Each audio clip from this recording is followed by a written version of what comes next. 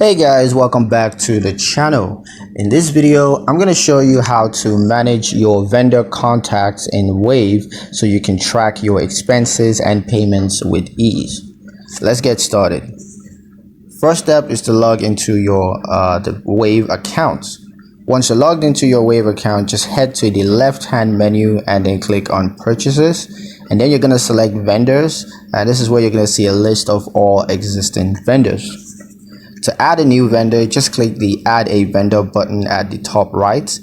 You'll get a form where you can enter the vendor's name, contact email, phone number, and address.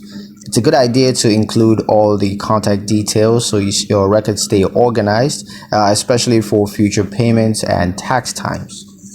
You can also add internal notes, for example, preferred payment methods or anything else that you want to remember.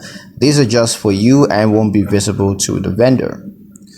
Once you've added the information, click Save. Your vendor is now added to your contact list.